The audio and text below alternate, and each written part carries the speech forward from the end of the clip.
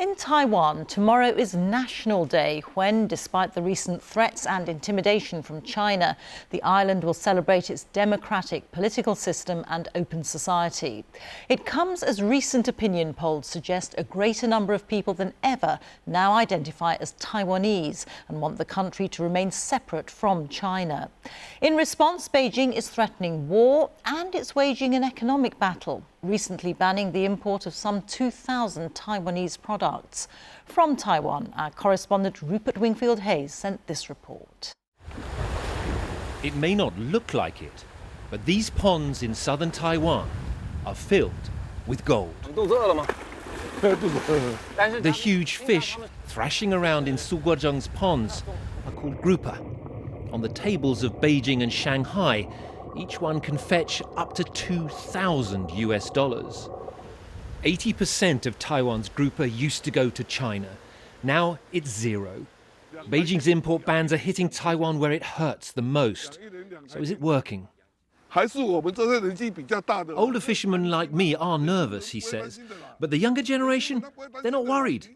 They think, fine, if China doesn't want to buy our fish, we'll sell to other markets all over the world.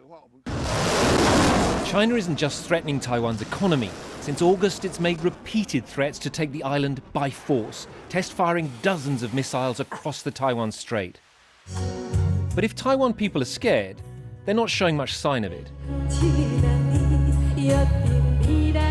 It's election season here, and at nightly rallies, candidates are on stage appealing to voters. Unlike in China, people here get to choose who rules them, and they're not about to give that up. Taiwan is justifiably proud of its democracy.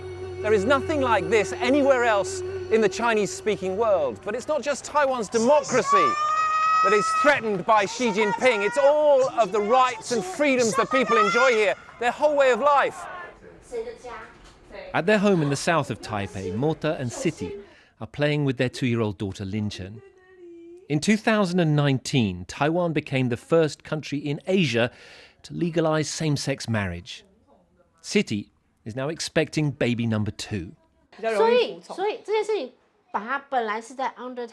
Being homosexual was something you had to hide, says Mota. But things have changed now. We're out in the open and the government has accepted and recognized us. For couples like this, the stakes couldn't be higher.